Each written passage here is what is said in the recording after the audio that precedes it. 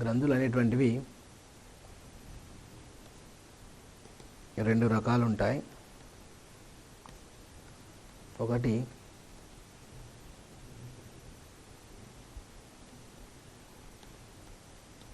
నాళ సహిత గ్రంథి, రెండు నాళ రహిత గ్రంథి. నాళ సహిత గ్రంథి అంటే నాళాలు ఉండేటువంటి గ్రంథిని, అంటే ఇది గ్రంథి. సో గ్రంథి నుంచి ఇలా నాళం ఉంటే అది నాళ సహిత గ్రంథి అవుతుంది. అట్లా కాకుండా గ్రంథి ఉండి సో దీనికి ఎలాంటి నాళం ఉండకపోతే దీన్ని నాళ రహిత గ్రంథి అని అంటారు. సో గ్రంథి అంటే అర్థమైంది అంటే అనేక కణజాలాల సమూహం. అంటే అనేక కణజాలాల సమూహం ఒక ముద్దలాగా ఏర్పడి, ఆ ఏర్పడినటువంటి ముద్ద ప్రత్యేకమైనటువంటి రసాయన పదార్థాలను విడుదల చేస్తుంది. సో ఇలా ఈ గ్రంథి ఏర్పాటు చేసినటువంటి కణజాలాల సమూహం గుంపు ఏదైతే ఉందో ఆ గుంపు అయినటువంటి గ్రంథి, ఈ గ్రంథి నుంచి విడుదలయ్యేటువంటి రసాయన పదార్థాలు ఏవైతే ఉన్నాయో ఆ రసాయన పదార్థాలు నాళ సహిత గ్రంథి కానీ నాళ రహిత గ్రంథి కానీ రెండు గ్రంథుల నుంచి రసాయన పదార్థాలు అనేటువంటివి మనకు విడుదలవుతాయి. సో గ్రంథి అంటే అర్థమైంది అంటే రసాయన పదార్థాలను విడుదల చేయడానికి ప్రత్యేకీకరణం చెందిన కణజాలాల సమూహం. అంటే రసాయన పదార్థాన్ని విడుదల చేయడానికి కణజాలాలు ఒక గుంపులాగా ఏర్పడతాయి. ఆ గుంపుని మనము గ్రంథి అని అంటారు. సో గ్రంథులు రెండు రకాలు ఉంటాయి. నాళ సహిత గ్రంథి అంటే నాళం ఉండేటువంటి గ్రంథి, నాళ రహిత గ్రంథి అంటే నాళాలు లేనటువంటి గ్రంథి. సో నాళ సహిత గ్రంథి నుంచి విడుదలయ్యే రసాయన పదార్థాన్ని ఏమంటారు అంటే ఎంజైమ్ అంటారు. ఎంజైమ్ అని అంటారు. అదే నాళ రహిత గ్రంథి నుంచి విడుదలయ్యే పదార్థాన్ని ఏమంటారు అంటే హార్మోన్ అంటారు. ఎంజైమ్ మరియు హార్మోన్. నాళ సహిత గ్రంథుల నుంచి విడుదలయ్యే రసాయన పదార్థం ఎంజైమ్, నాళ రహిత గ్రంథుల నుంచి విడుదలయ్యే రసాయన పదార్థం హార్మోన్. కాబట్టి మనము హార్మోన్లు అనేటువంటి అంశాన్ని మనం ఒకసారి గమనిస్తే ఇవి నాళ రహిత గ్రంథుల నుంచి విడుదలవుతాయి. నాళ రహిత గ్రంథులనే మనము వినాళ గ్రంథులు అని కూడా అంటాం.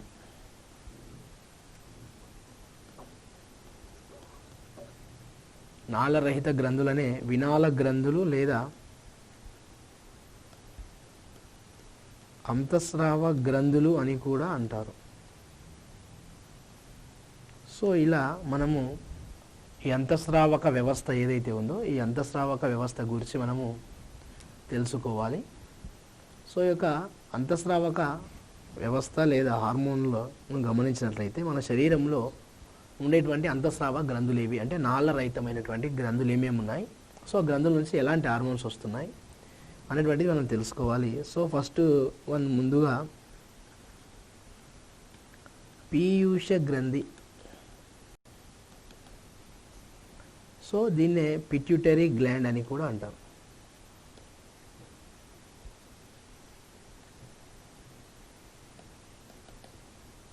పీయూష గ్రంథి, దీన్నే పిట్యూటరీ గ్లాండ్ అంటారు. సో పీయూష గ్రంథి అనేటువంటిది ముఖ్యంగా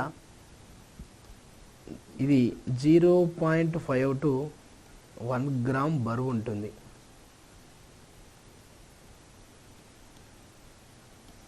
జీరో 0.5 నుంచి 1 గ్రామ్ బరువు ఉంటుంది. బరువు ఉండే అతి చిన్న గ్రంథి. అంటే మన మానవుని శరీరంలో అన్నింటిలోకెల్లా అతి చిన్న గ్రంథి ఎవరు అంటే పీయూష గ్రంథి. ఎందుకంటే ఇది 1 గ్రామ్ బరువును మాత్రమే కలిగి ఉంటుంది కాబట్టి. మరి ఈ గ్రంథి ఎక్కడ ఉంటుంది అంటే ఇది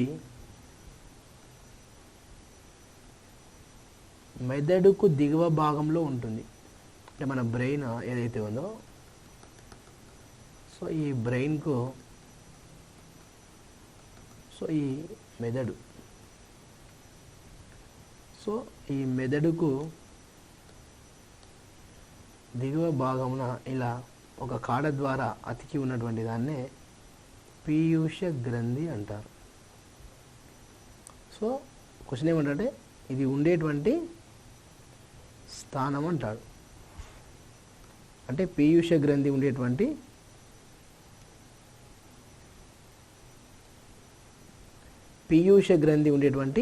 స్థానం అంటాడు. సో పీయూష గ్రంథి ఉండేటువంటిది మెదడు క్రింద ఉంటుంది. సో మెదడు క్రింద ఉండేటువంటిది పీయూష గ్రంథి. సో ఇలా మనము పీయూష గ్రంథిని ఒకసారి గమనించినట్లయితే సో ఈ పీయూష గ్రంథి అనేటువంటిది 3 లంబికలను కలిగి ఉంటుంది. అంటే ఇప్పుడు ఇట్లా పీయూష గ్రంథి ఉంటే ఇది ఇలా 3 భాగాలు ఉంటుంది. అంటే పూర్వలంబిక, మధ్యలంబిక మరియు పరలంబిక. అంటే పూర్వలంబిక, మధ్యలంబిక, పరలంబిక అనేటువంటి 3 భాగాలను కలిగి ఉంటుంది పీయూష గ్రంథి. సో మరి ఈ 3 లంబికలు ఏవైతే ఉన్నాయో సో ఈ 3 లంబికల చేత నిర్మించబడినటువంటి మన పీయూష గ్రంథి ఏదైతే ఉందో సో ఈ పీయూష గ్రంథి అనేక రకాలైనటువంటి హార్మోన్లని ఇది విడుదల చేయడం జరుగుతుంది. సో ఇది విడుదల చేసేటువంటి హార్మోన్లు ఏమేమి హార్మోన్లు విడుదల చేస్తాయి అని చెప్పేసి మనం ఒకసారి గమనిస్తే, ఒకటి పెరుగుదల hormone.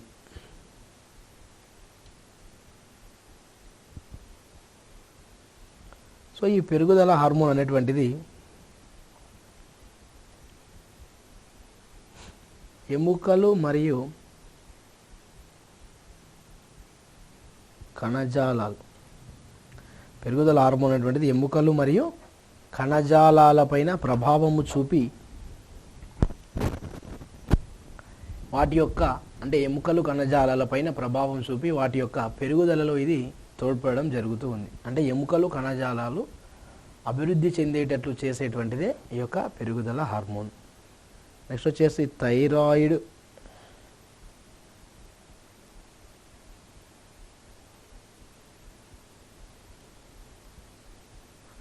Stimulating hormone TSH. So thyroid stimulating hormone అనేటువంటిది థైరాయిడ్ గ్రంథి పైన ప్రభావం చూపిస్తూ ఉంది. థైరాయిడ్ అనేటువంటి గ్రంథి పైన ప్రభావం చూపించి వాటి యొక్క పెరుగుదలలో ఇది తోడ్పడడం జరుగుతూ ఉంది, థైరాయిడ్ స్టిమ్యులేటింగ్ హార్మోన్. నెక్స్ట్ వచ్చేసి ప్రొలాక్టిన్. ప్రొలాక్టిన్ అనేటువంటిది స్తన గ్రంథులపైన ప్రభావము చూపి, అంటే స్త్రీల యొక్క స్తనాలు ఏవైతే ఉన్నాయో స్తన గ్రంథులు, ఆ స్తన గ్రంథుల పైన ప్రభావం చూపి ప్రసవం అయిన తర్వాత అంటే డెలివరీ అయిన తర్వాత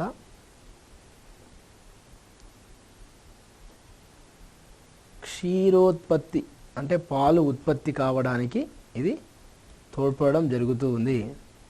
ఇది యొక్క ప్రొలాక్టిన్కు సంబంధించి. నెక్స్ట్ వచ్చేసి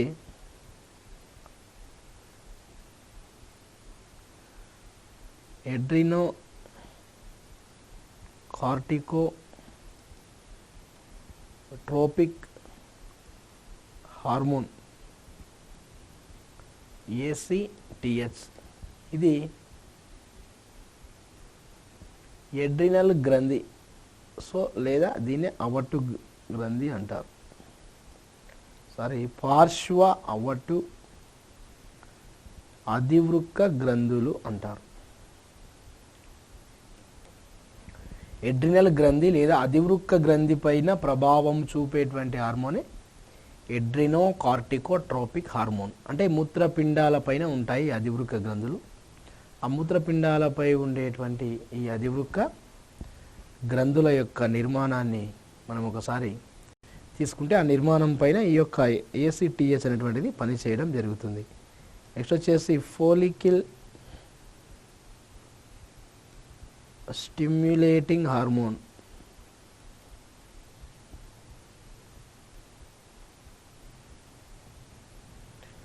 FSH. ఈ ఫోలికిల్ స్టిమ్యులేటింగ్ హార్మోన్ అనేటువంటిది ముఖ్యంగా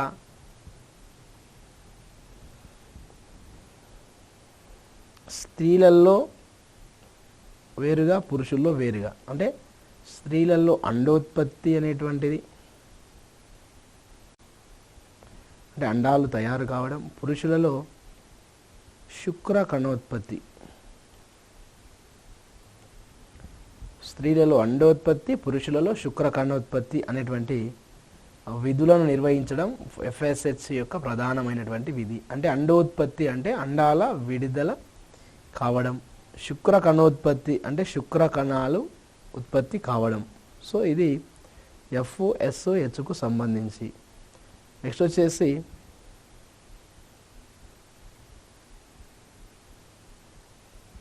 luteinizing hormone LH. So LH luteinizing hormone అనేటువంటిది స్త్రీలలో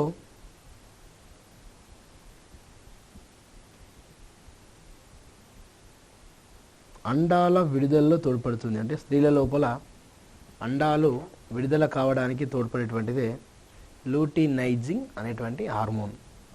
నెక్స్ట్ వచ్చేసి ఆక్సిటోసిన్. మనం దేని గురించి చదువుతున్నాము అంటే పీయూష గ్రంథి నుంచి విడుదలయ్యేటువంటి హార్మోన్లు ఏవేవి అని చూస్తున్నాం. సో మొదటిది దాని నుంచి ఇప్పుడు మనం 7వ అంశానికి వచ్చాం, అంటే 7వ హార్మోన్ ఉన్నాం. సో 7వ హార్మోనే ఆక్సిటోసిన్. సో ఇది స్త్రీలలో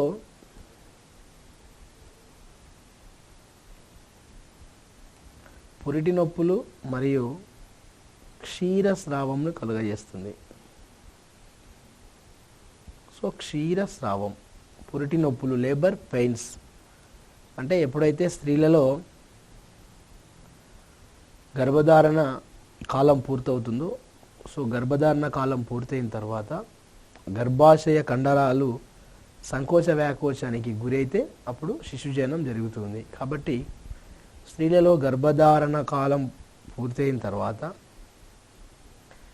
గర్భాశయ కండర సంకోచ వ్యాకోచాలు లేదా పురిటి నొప్పులు అనేటువంటివి కలగడానికి కారణమైనటువంటిది ఆక్సిటోసిన్ అనేటువంటిది. ఇక ఇది క్షీరస్రావం అంటే పాలును విడుదల కావడానికి ఇది తోడ్పడడం జరుగుతుంది. మరి నెక్స్ట్ వచ్చేసి వాసోప్రెసిన్.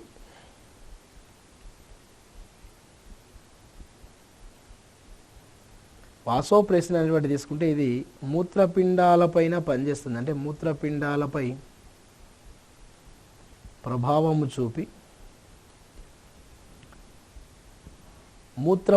విసర్జించే మూత్ర పరిమాణాన్ని తగ్గిస్తుంది.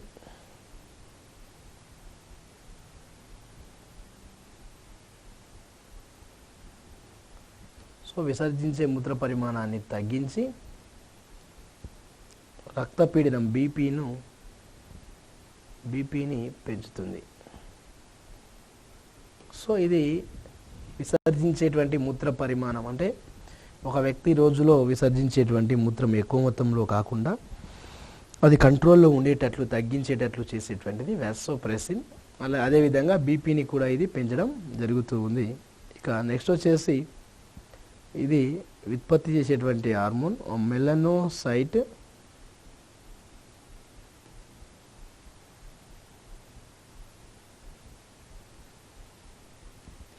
Stimulating hormone MSH. Melanocyte stimulating hormone. So మన శరీరంలో చర్మ రంగును నిర్ణయించే పదార్థం మెలానిన్ అనేటువంటి పదార్థం. సో ఈ చర్మ రంగు నిర్ణయించే మెలానిన్ అనేటువంటి వర్ణద్రవ్యం యొక్క ఉత్పత్తిలో తోడ్పడేటువంటిది మెలనోసైట్ స్టిమ్యులేటింగ్ హార్మోన్ అనేటువంటిది. సో ఈ యొక్క హార్మోను ఏవైతే ఉన్నాయో సో వీటి లోపం వల్ల లేదా ఇవి లోపిస్తే ఏమైనా వ్యాధులు వస్తాయా, డిసీజ్ వస్తాయా అనేటువంటిది మనం చదువుకున్నట్లయితే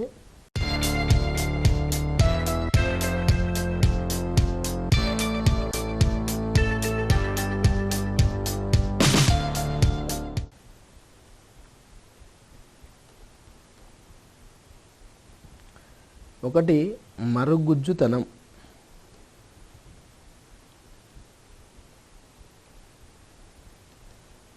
మరుగుజ్జుతనం.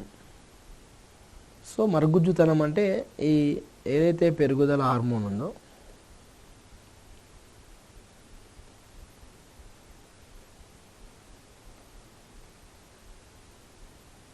తక్కువగా ఉత్పత్తి అయితే వాళ్ళు వ్యక్తులు పరిమాణంలో చిన్నగా ఉంటారు. పెరుగుదల హార్మోన్ ఎప్పుడైతే ఉత్పత్తి తగ్గుతూ ఉందో, తగ్గడం వల్ల ఎముకలు కణజాలాల యొక్క పెరుగుదల తగ్గి వ్యక్తుల యొక్క సైజు పరిమాణం తగ్గుతూ ఉంది. అదే మరుగుజ్జుతనం. నెక్స్ట్ వచ్చేసి అతి దీర్ఘ కాయత్వం. సో పెరుగుదల హార్మోన్ అనేటువంటిది ఎక్కువైతే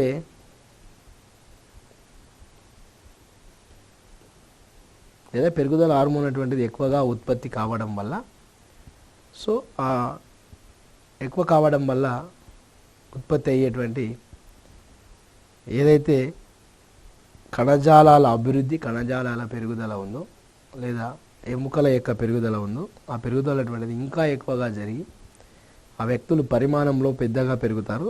అలాంటి ఎక్కువగా పెరిగేటువంటి ఆ లక్షణమే అతి దీర్ఘ కాయత్వం. నెక్స్ట్ వచ్చేసి ఈ యొక్క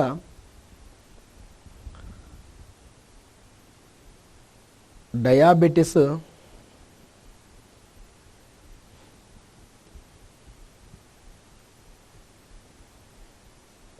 ఇన్సిపిడస్. డయాబెటిస్ ఇన్సిపిడస్ అంటే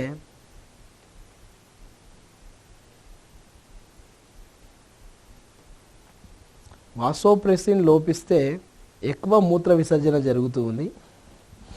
అలా వాసోప్రెసిన్ లోపించడం వల్ల ఎక్కువ మూత్ర విసర్జన జరిగేటువంటి వ్యాధినే డయాబెటిస్ ఇన్సిపిడస్ అంటారు. నెక్స్ట్ వచ్చేసి అల్బినోల్.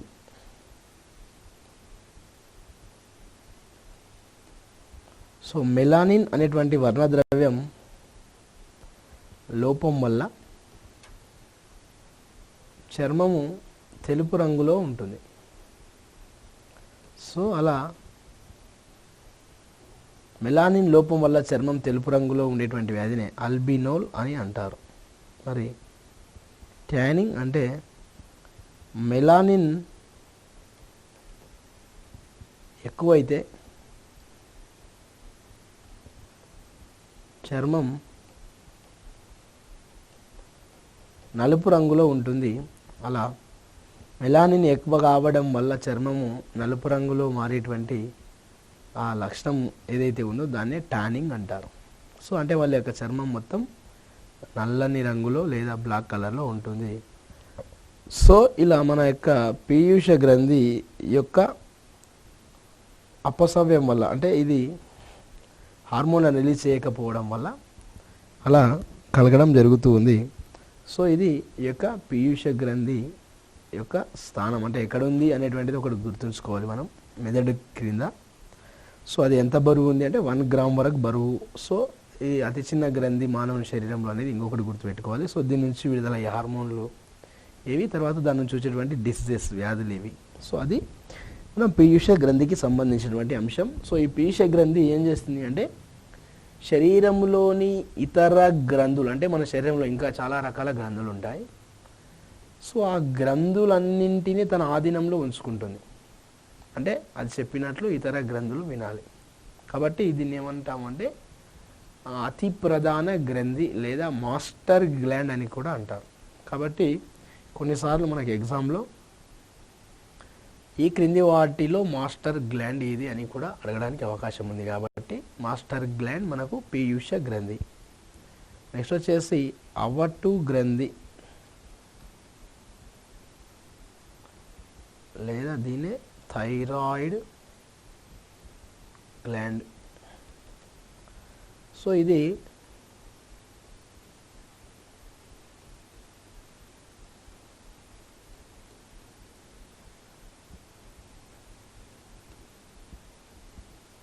వాయునాళం.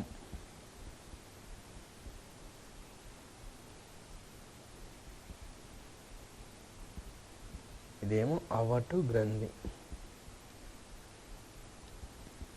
సో వాయునాళంకి దగ్గరగా ఉండేటువంటి గ్రంథే అవటు గ్రంథి అనేటువంటిది. సో ఈ అవటు గ్రంథి 25 గ్రాముల బరువు ఉంటుంది. 25 గ్రాముల బరువు ఉండే అతిపెద్ద గ్రంథి. సో మానవుని శరీరంలో అతిపెద్ద గ్రంథి అంతఃస్రావ గ్రంథి అండి. అంతఃస్రావ గ్రంథి మానవుని శరీరంలో అతిపెద్ద అంతఃస్రావ గ్రంథి ఏది అంటే అవటు గ్రంథి లేదా థైరాయిడ్ గ్రంథి. ఎందుకంటే 25 గ్రాముల బరువు ఉంది. సో ఇంత బరువు ఉండేటువంటి అంతఃస్రావ గ్రంథులు లేదా నాళరహిత గ్రంథులు లేవు ఇక. కానీ జనరల్గా క్వశ్చన్ అడిగేటువంటి విధానం తీసుకుంటే మానవుని శరీరములో అతిపెద్ద గ్రంథి ఏది అంటే కాలేయం. ఎందుకంటే అది 1500 గ్రాముల బరువు ఉంటుంది, అంటే 1.5 కేజీలు ఉంటుంది. కానీ అవటు గ్రంథి అలా కాదు. అవటు గ్రంథి 25 గ్రాములు మాత్రమే ఉంటుంది. కాబట్టి క్వశ్చన్ అడిగేటువంటి విధానం అంటే మామూలుగా గ్రంథి అని అడిగిండు అంటే కాలేయం, అది అంతఃస్రావ గ్రంథి అని అడిగిండు అంటే మనకు అవటు గ్రంథి. ఎందుకంటే ఇది నాళరహిత గ్రంథుల్లో పెద్దది కాబట్టి అలా గుర్తుపెట్టుకోవాలి. సో ఇది దీని నుంచి విడుదలయ్యేటువంటి హార్మోన్లు ఒకటి thyroxine, next calcitonin,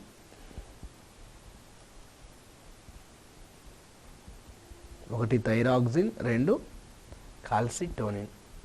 so thyroxine అనేటువంటిది ఒకసారి మనం గమనించినట్లయితే థైరాక్సిన్ యొక్క విధులు ఫంక్షన్స్ తీసుకుంటే ఇది శరీర జీవక్రియల వేగం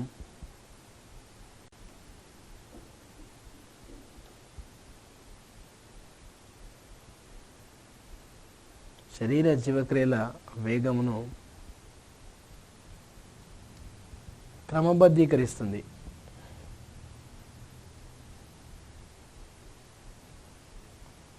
అంటే ఇది చేసేటువంటి పని ఏం పని అంటే మనము జీవక్రియలు అంటే శరీరంలో జీవక్రియలు అంటే ఏంటంటే శ్వాసక్రియ, విసర్జన, పోషణ, రవాణా, సో ఇలాంటివన్నీ కూడా జీవక్రియలు. సో జీవక్రియల వేగం పెరగాలి లేదా తగ్గాలి అనేటువంటిది థైరాక్సిన్ హార్మోన్ యొక్క ఆధీనంలో ఉంటుంది. అన్నిటినీ సమపాలలో ఉండేటట్లు చేస్తుంది. ఎందుకంటే ఇప్పుడు సాధారణ మానవ హృదయ స్పందన రేటు 72. సో అంటే అన్నిసార్లు గుండె కొట్టుకోవడం, శ్వాసక్రియ సాధారణంగా 18 అన్నిసార్లు శ్వాసక్రియ చేయడం. సో ఇలాంటి జీవక్రియలు అన్నీ కూడా మనకు సమానమైనటువంటి స్థాయిలో ఉండి ఎక్కువ తక్కువ కాకుండా కంట్రోల్ చేసేటువంటిదే ఈ యొక్క థైరాక్సిన్ అనేటువంటిది. అదేవిధంగా శరీర ఉష్ణోగ్రత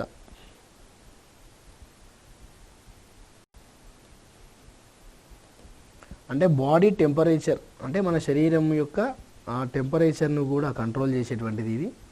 తర్వాత కప్ప వంటి జీవుల్లో రూప విక్రియ చేస్తుంది. రూప విక్రియ అంటే ఇది గుడ్డు దశ నుండి వివిధ దశలను దాటుకుంటూ అభివృద్ధి చెందేటువంటి దశనే రూప విక్రియ అంటారు. కాబట్టి అలా రూప విక్రియ చెందేటువంటిదే ఈ యొక్క రూప విక్రియ చెందడానికి తోడ్పడేటువంటి హార్మోనే థైరాక్సిన్ అనేటువంటి హార్మోన్. కాబట్టి మనం ఆ రకంగా గుర్తుపెట్టుకోవాలి. మరి లోపిస్తే లేదా తక్కువైతే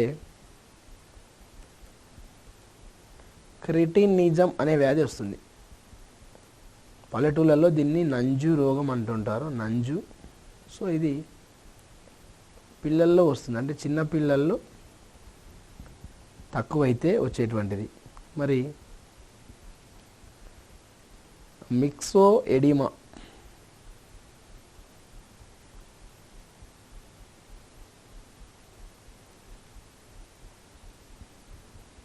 మిక్సో ఎడిమా అనేటువంటిది పెద్దవారిలో, అంటే కనుగుడ్లు బయటికి పొడుచుకొని వచ్చి ఉండేటువంటిది మిక్సో ఎడిమా అనేటువంటిది.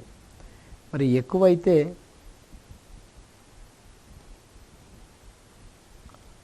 ఎగ్జాప్థాల్మిక్ గైటర్ అనేటువంటి వ్యాధి వస్తుంది. ఎగ్జాప్థాల్మిక్ గైటర్.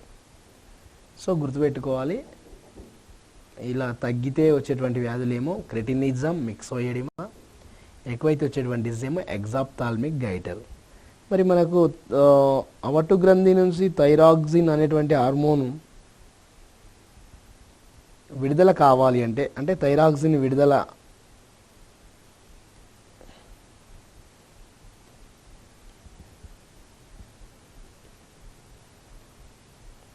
సో థైరాక్సిన్ విడుదల కావాలి అంటే, అవటు గ్రంథి నుంచి థైరాక్సిన్ విడుదల కావాలి అంటే మరి దీని నుంచి కొన్ని రకాలైనటువంటి మూలకాలు కావాలి. ఆ మూలకమే ఏంటి అంటే అయోడిన్ అనేటువంటి మూలకం. థైరాక్సిన్ విడుదలగుటకు అవసరమైనటువంటి మూలకమే అయోడిన్ అనేటువంటి మూలకం. మరి అయోడిన్ లోపిస్తే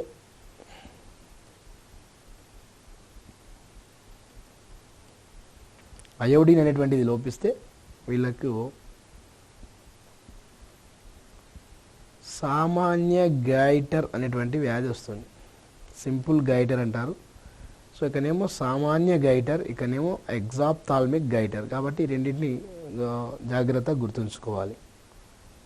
థైరాక్సిన్ ఎక్కువైతే వచ్చేదేమో ఎగ్జాప్థాల్మిక్ గైటర్, అయోడిన్ లోపిస్తే వచ్చేటువంటిదేమో సామాన్య గైటర్. అంటే ఈ గొంతు భాగం ఏదైతే ఉందో ఈ భాగం అంతా కూడా ముందుకు పొడుచుకొని వచ్చి ఉంటుంది. సో దాన్నే మనము సామాన్య గైటర్ లేదా సింపుల్ గైటర్ అని చెప్పేసి పిలుస్తారు. మరి ఈ అవటు గ్రంథి ఏదైతే ఉందో ఈ అవటు గ్రంథి అనేటువంటిది మన శరీరంలో అతి పెద్ద అంతఃస్రావ గ్రంథి అని గుర్తుపెట్టుకోవాలి. సో దీనికి ఇంకొక పేరు ఏమంటారంటే యాడమ్స్ యాపిల్ అని కూడా దీనికి పేరు. మాస్టర్ గ్లాండ్ అంటేనేమో పీయూష గ్రంథి, యాడమ్స్ యాపిల్ అంటేనేమో ఈ యొక్క అవటు గ్రంథి. సో నెక్స్ట్ మూడవ గ్రంథి పార్శ్వ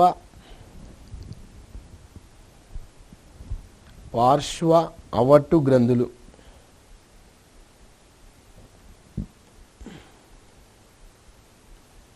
సో వీటిని ఆంగ్లంలో థైరాయిడ్ గ్లాండ్స్ అంటారు.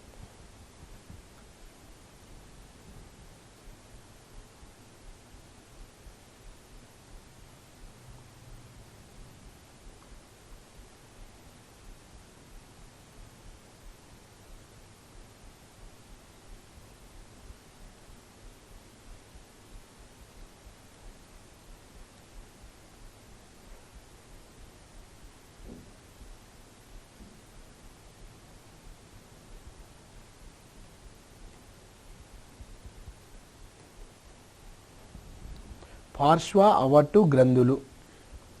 సో పార్శ్వ అవటు గ్రంథుల సంఖ్య ఎంత అంటే 4. వీటి నుంచి అంటే ఈ అవటు గ్రంథులు, పార్శ్వ అవటు గ్రంథులు పేరులోనే ఉంది పార్శ్వ అవటు గ్రంథి అంటే అవటు గ్రంథి పక్కలో ఉన్నటువంటి గ్రంథులు. సో ఈ పార్శ్వ అవటు గ్రంథుల సంఖ్య మొత్తం ఎంత అంటే 4. సో ఇది పీయూష గ్రంథి ఆధీనములో లేనటువంటి గ్రంథి ఇది.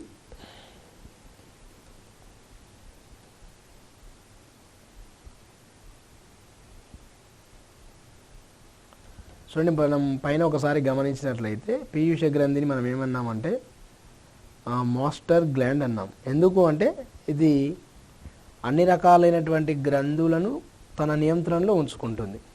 కానీ ఇక్కడ తీసుకున్నట్లయితే మనకు ఈ యొక్క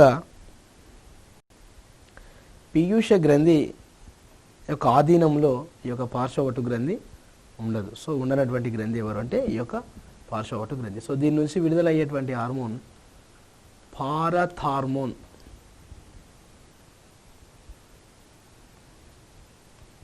పీయూష గ్రంథి నుంచి విడుదలయ్యేటువంటి హార్మోన్ పారథార్మోన్. సో ఇది కాల్షియం మరియు ఫాస్ఫరస్ల యొక్క శోషణ వేగాన్ని పెంచుతుంది.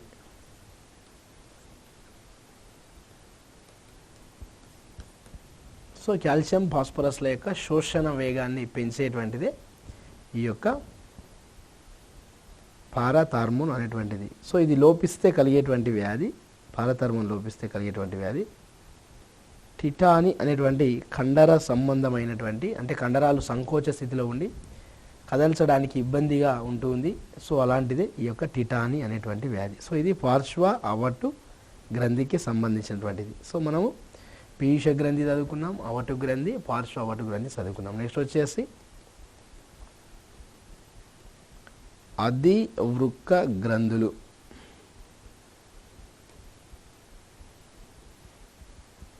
అడ్రీనల్ గ్లాండ్స్. సో అధివృక్క గ్రంథులు మూత్రపిండాల పైన ఉంటాయి.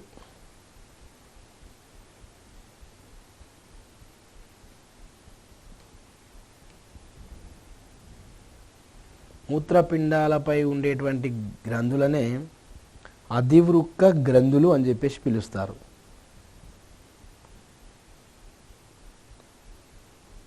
సో ఇవి మూత్రపిండాలు అనుకుంటే, సో ఈ మూత్రపిండాలపై ఉండేటువంటి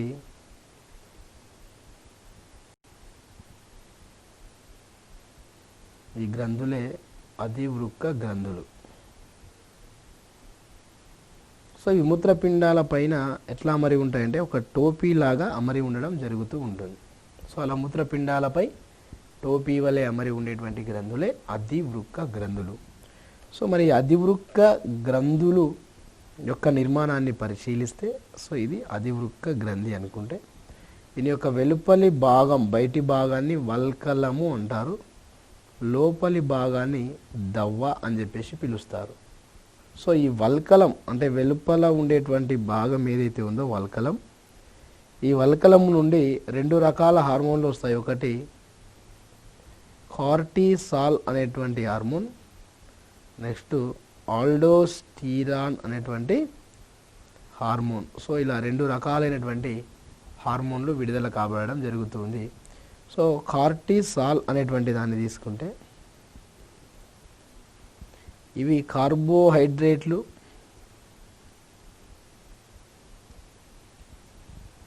ప్రోటీన్లు,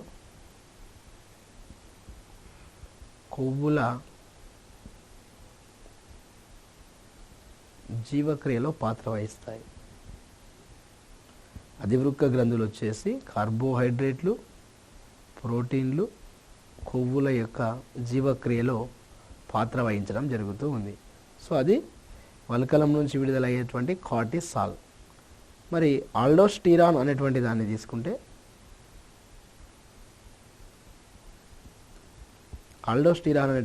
తీసుకుంటే, శరీరంలోని సోడియం మరియు నీరు ఇలా పునఃశోషణలో పాత్ర వహిస్తుంది. పునఃశోషణ అంటే తిరిగి అబ్జార్ప్షన్ చేసుకోవడం, తిరిగి గ్రహించడం. ఎక్కడ సోడియం నీరు పునఃశోషణం జరుగుతుంది అంటే మూత్రపిండాలు ఏవైతే ఉన్నాయో ఈ మూత్రపిండాలు ఆ వాటర్ అండ్ మినరల్స్ రెండింటినీ కూడా అబ్జార్ప్షన్ గ్రహించి మళ్ళీ శరీరానికి పంపడానికి తోడ్పడే నిర్మాణమే ఆల్డోస్టీరాన్. మరి దవ్వ ఏదైతే ఉందో దవ్వ నిర్మాణాన్ని మనం ఒకసారి గమనించినట్లయితే దవ్వ నుంచి విడుదలయ్యే హార్మోను ఎడ్రినాలిన్ అనేటువంటి హార్మోన్. సో ఈ దవ్వ నుంచి విడుదలయ్యేటువంటి ఎడ్రినాలిన్ అనేటువంటి ఈ హార్మోన్ ఎటువంటి పరిస్థితులు విడుదలవుతుందంటే ఇది అతి శీతల పరిస్థితులు మరియు అతి ఉష్ణోగ్రత మరియు మానసిక అగాధాలు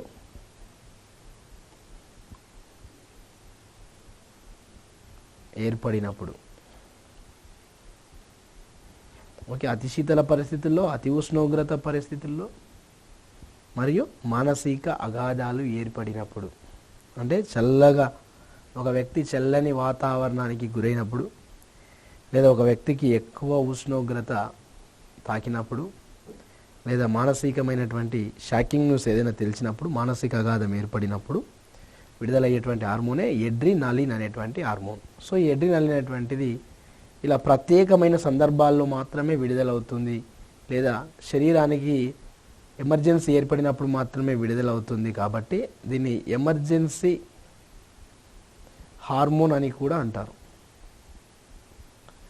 లేదా F3 హార్మోన్ అంటారు. F3 అంటే ఆ ఫైట్, ఫ్లైట్, ఫ్రైట్. సో ఇలా ఇది ఫైట్, ఫ్లైట్, ఫ్రైట్ అనే 3 విధులు చేస్తుంది కాబట్టి F3 హార్మోన్ లేదా ఎమర్జెన్సీ హార్మోన్ లేదా మానసిక ఉద్రేకాలను కలుగచేసే హార్మోన్ అంటారు.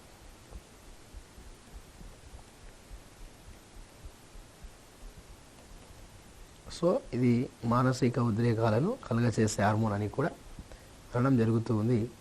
సో ఇది ఈ యొక్క మనకు అధివృక్క గ్రంథులకు సంబంధించినటువంటి అంశం. నెక్స్ట్ వచ్చేసి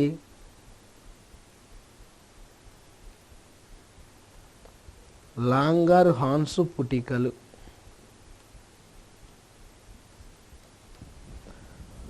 ఒకసారి మనము జీర్ణ వ్యవస్థను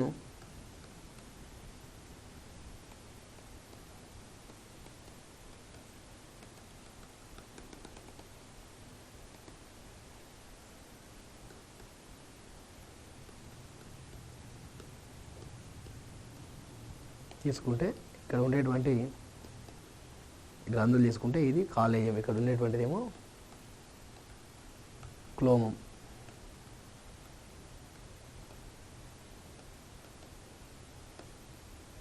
సో ఈ యొక్క క్లోమం ఏదైతే ఉందో,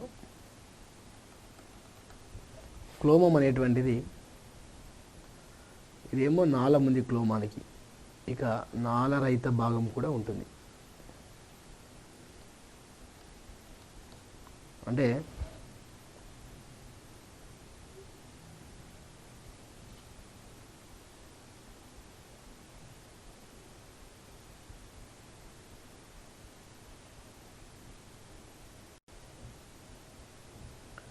క్లోమములో ఉండేటువంటి భాగాలను మనం ఒకసారి పరిశీలన చేసినట్లయితే క్లోమంలో 2 భాగాలు ఉంటాయి. నాళ సహిత భాగం ఉంటుంది మరియు నాళ రహిత భాగం ఉంటుంది. మనం ఫస్ట్ మాట్లాడుకున్నాం, ఏమనుకున్నామంటే గ్రంథులు 2 రకాల గ్రంథులు ఉంటాయి, ఒకటి నాళ సహిత గ్రంథి కానీ లేదా నాళ రహిత గ్రంథి కానీ. సో ఇక్కడ చూస్తే మనం క్లోమంలో నాళ సహిత మరియు నాళ రహిత 2 రకాలైనటువంటి భాగాలు ఉన్నాయి. కాబట్టి దీన్ని ఏమంటారంటే మిశ్రమ గ్రంథి అంటారు క్లోమమును. సో ఇది మిశ్రమ గ్రంథి, మిక్స్డ్ గ్లాండ్. ఎందుకంటే నాళసహిత భాగం ఉంది మరియు నాళరహిత భాగం ఉంది. ఈ నాళరహిత భాగం ఏదైతే ఉందో ఈ భాగానికి ఏమని పేరు పెట్టారు అంటే లాంగర్ హాన్స్ పుటికల్ అని చెప్పేసి పేరు పెట్టడం జరిగింది. కాబట్టి క్లోమములోని నాళరహితమైనటువంటి భాగాన్నే, క్లోమంలోని నాళాలు లేనటువంటి భాగాన్ని లాంగర్ హాన్స్ పుటికల్ అంటారు. సో మనం నాళరహిత భాగాల నుంచి హార్మోన్లు విడుదలవుతాయి కాబట్టి ఏమేమి హార్మోన్లు వస్తాయి అని చెప్పేసి మనం ఒకసారి గమనిస్తే, ఒకటి ఇన్సులిన్ అనేటువంటి హార్మోన్, 2 గ్లూకాగాన్ అనేటువంటి హార్మోన్. సో ఇలా 2 రకాలైనటువంటి హార్మోన్లు విడుదల కాబడడం జరుగుతుంది. మరి ఇన్సులిన్ ఏం పని చేస్తుంది అంటే మన శరీరంలో మనం తిన్నప్పుడు విడుదలయ్యేటువంటి గ్లూకోజ్ ఏదైతే ఉందో గ్లూకోజ్ను గ్లైకోజన్ అనేటువంటి ఆ రూపానికి మార్చేస్తుంది. ఇన్సులిన్ అనేటువంటిది గ్లూకోజ్ను గ్లైకోజన్గా మార్చివేయడం జరుగుతూ ఉంటుంది. అది ఇన్సులిన్ చేసేటువంటి పని. మరి గ్లైకోజన్ను గ్లూకోజ్గా మార్చేటువంటిది ఎవరంటే గ్లూకాగాన్. అంటే మనకు ఇప్పుడు అర్థమైనటువంటి అంశం ఏంటంటే ఈ గ్లూకోజ్ను గ్లైకోజన్ అనే మరొక రూపానికి మార్చి ఆ మారినటువంటి గ్లైకోజన్ కాలేయం మరియు కండరాలు, లివర్ అండ్ మజిల్స్లలో ఇది నిలువ ఉండడం జరుగుతుంది. అలా కొన్ని సందర్భాల్లో గ్లూకోజ్ విడుదల కాకపోతే, ఇన్సులిన్ విడుదల కాకపోతే గ్లూకోజ్ అనేటువంటిది రక్తంలో తేలియాడుతూ ఉంటుంది. కాబట్టి ఇలాంటి ఏదైతే ఉందో వ్యాధి, అంటే ఇన్సులిన్ లోపిస్తే వచ్చేటువంటి వ్యాధి ఏదైతే ఉందో దాన్ని ఏమంటారంటే డయాబెటిస్ మిలిటస్ లేదా చక్కెర వ్యాధి అంటారు. లేదా దీన్నే మధుమేహ వ్యాధి అని కూడా అంటారు.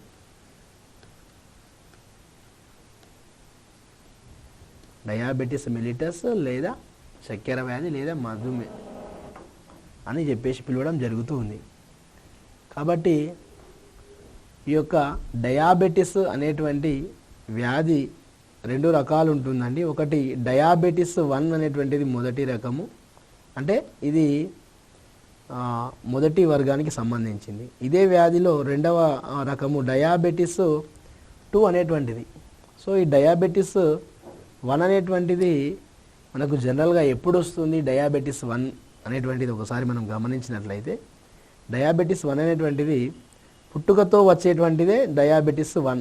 సో దీన్ని ఏం చేయాలి అంటే ఇన్సులిన్ అనేటువంటిది హార్మోన్ను ఉపయోగించడం వల్ల, ఇన్సులిన్ అనేటువంటి హార్మోన్ను వాడడం వల్ల ఈ యొక్క డయాబెటిస్ 1 తగ్గించుకోవడం జరుగుతుంది, కంట్రోల్ పెట్టుకోవడానికి వస్తుంది.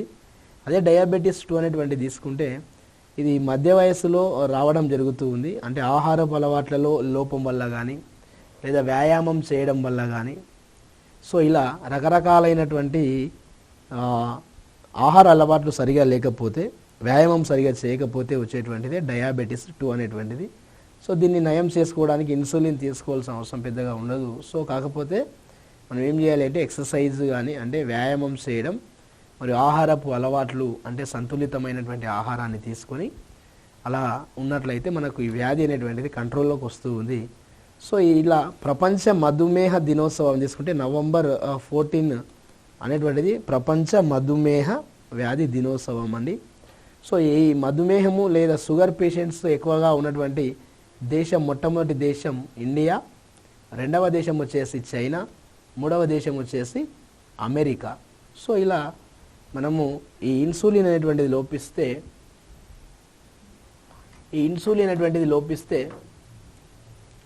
వచ్చేటువంటి వ్యాధే ఈ యొక్క డయాబెటిస్ అనేటువంటి వ్యాధి. సో ఇది మనకు ఈ యొక్క డయాబెటిస్ 1, డయాబెటిస్ 2 అనేటువంటి 2 రకాలైనటువంటి వ్యాధులుగా మనం చెప్పుకోవడం జరుగుతూ ఉంది. నెక్స్ట్ వచ్చేసి ఈ వ్యాధుల్లో నెక్స్ట్ వచ్చేసి మనకు బీజకోశాలు, వీటినే గ్యామెట్స్ అంటారు. గ్యామెట్స్ బీజకోశాలు పురుషుల్లో అయితే ముష్కము అంటే టెస్టిస్, స్త్రీలలో అయితే స్త్రీ బీజకోశం ఓవరీస్. పురుషుల్లో అయితే టెస్టిస్ ముష్కము, స్త్రీలో అయితే ఓవరీ స్త్రీ బీజ కోశం అనేటువంటిది ఉంటుంది. సో ముష్కము అనేటువంటిది పురుషుల్లో ఉండేటువంటి అంతఃస్రావ గ్రంథి. సో ఈ అంతఃస్రావ గ్రంథి ఏదైతే ఉందో, అంతఃస్రావ గ్రంథి అనేటువంటి ముష్కం టెస్టోస్టిరాన్ అనేటువంటి హార్మోన్ను ఇది ఉత్పత్తి చేస్తూ ఉంది. టెస్టోస్టిరాన్ అనేటువంటి హార్మోన్ ఇది విడుదల చేయబడడం జరుగుతుంది. సో టెస్టోస్టిరాన్ అనేటువంటి హార్మోన్ పురుషులలో ద్వితీయ లైంగిక లక్షణాలను కలిగిస్తుంది. పురుషుల్లో ద్వితీయ లైంగిక లక్షణాలు అంటే సెకండరీ సెక్సువల్ క్యారెక్టర్స్ చేసేటువంటిదే ఈ యొక్క టెస్టోస్టిరాన్ అనేటువంటి హార్మోన్. సో టెస్టోస్టిరాన్ అనేటువంటిది మరి పురుషుల్లో ద్వితీయ లైంగిక లక్షణాలు అంటున్నాం. మరి టెస్టోస్టిరాన్ లోపిస్తే ఏమైనా వ్యాధి వస్తుందా అంటే వంధ్యత్వం వస్తుంది. వంధ్యత్వం, ఇంపుటెన్సీ అంటే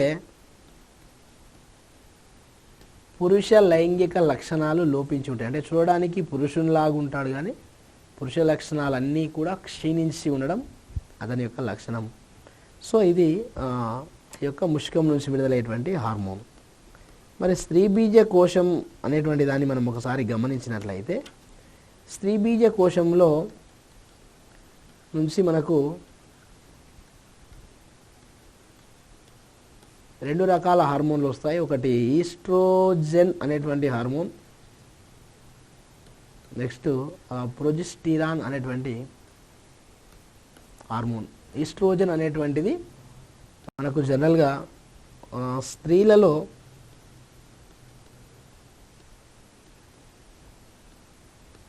ఈస్ట్రోజన్ స్త్రీలలో ద్వితీయ లైంగిక లక్షణాలను కలిగిస్తుంది. ద్వితీయ లైంగిక లక్షణం, సెకండరీ సెక్సువల్ క్యారెక్టర్స్. సో స్త్రీలలో ద్వితీయ లైంగిక లక్షణాలు అంటే స్త్రీలలో అండాల ఉత్పత్తి ప్రారంభం కావడం, ఫాలోపియన్ నాళాల అభివృద్ధి జరగడం మరియు అండాల ఉత్పత్తి ప్రారంభం కావడం, స్తనాల అభివృద్ధి చెందడం. సో ఇలాంటివన్నీ కూడా, కంఠం మారడం, స్త్రీల యొక్క గొంతు మృదువుగా మారడం. సో ఇవన్నీ లక్షణాలన్నీ కూడా మనకు ఈ యొక్క ద్వితీయ లైంగిక లక్షణాలుగా చెప్పుకోవడం జరుగుతూ ఉంటుంది. మరి ప్రొజెస్టిరాన్ అనేటువంటి హార్మోన్ ఏం పనిచేస్తుంది అంటే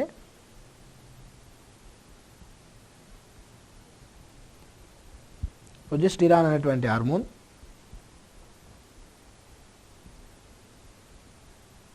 ఫాలోపియన్ నాళాల అభివృద్ధి,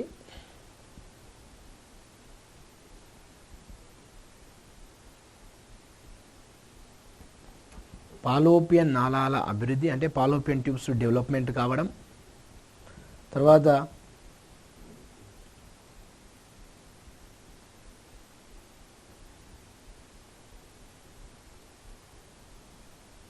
జరాయువు ఏర్పడడం,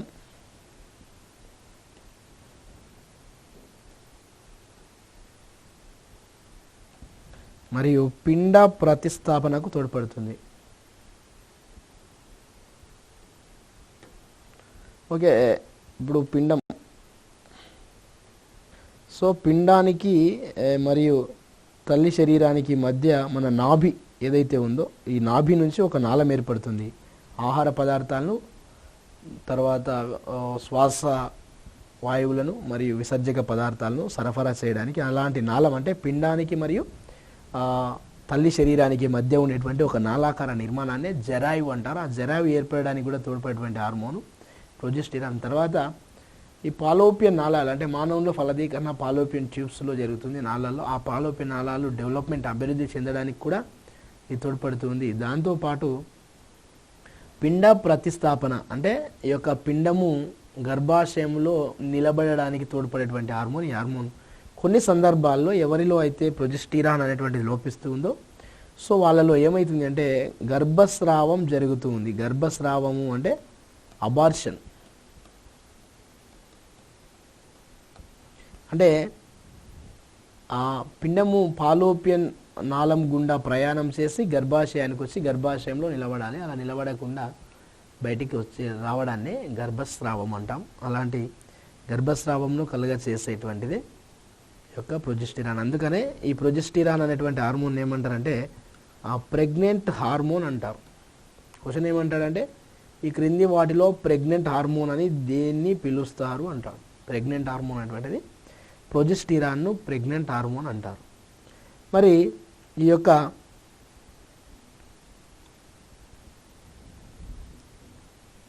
ఏదైతే ఉందో ఈ గ్రంథి ఏదైతే ఉందో స్త్రీలో స్త్రీబీజ కోశం దాని నుంచి విడుదలయ్యేవి రెండు హార్మోన్లు అండి. ఒకటి ఈస్ట్రోజన్, రెండు ప్రొజెస్టిరాన్. ఈస్ట్రోజన్ ఏమో ద్వితీయ లైంగిక లక్షణాలు, ప్రొజెస్టిరాన్ వచ్చేసి ప్రెగ్నెంట్ హార్మోన్గా మనం పిలుచుకుంటూ ఉన్నాం. నెక్స్ట్ వచ్చేసి థైమస్ గ్రంథి.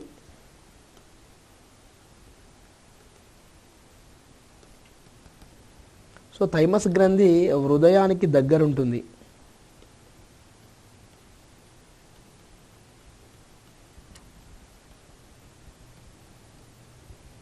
అంటే గుండెకు దగ్గరగా ఉండేటువంటిదే థైమస్ గ్రంథి. సో ఈ గ్రంథి నుంచి విడుదలయ్యేటువంటి హార్మోనే థైమోసిస్ అనేటువంటి హార్మోన్. సో ఈ గుండె నుంచి విడుదలయ్యే గుండెకు దగ్గరగా ఉండేటువంటి ఈ థైమస్ గ్రంథి నుంచి విడుదలయ్యే థైమోసిస్ అనేటువంటిది ఇది లింపోసైట్లను అంటే తెల్ల రక్త కణాలలో ఉండేటువంటి లింపోసైట్ల అభివృద్ధిలో ఇది తోడ్పాటు చేసి ఇది వ్యాధి నిరోధకతను కలగచేయడానికి, ఇమ్యూనిటీని కలగచేయడానికి తోడ్పడుతుంది. కాబట్టి ఇమ్యూనిటీ లేదా వ్యాధి నిరోధకతను కలగచేసేటువంటిదే ఈ యొక్క థైమోసిస్ అనేటువంటి హార్మోన్. సో మరి గ్రంథి 13-14 సంవత్సరాల వరకు ఉండి అది 13 సంవత్సరాలు వచ్చేసరికి లేదా 14 సంవత్సరాలలో మాయం కావడం జరుగుతుంది. కాబట్టి దీన్ని ఏమంటారంటే బాల గ్రంథి అంటారు. లేదా తాత్కాలిక గ్రంథి లేదా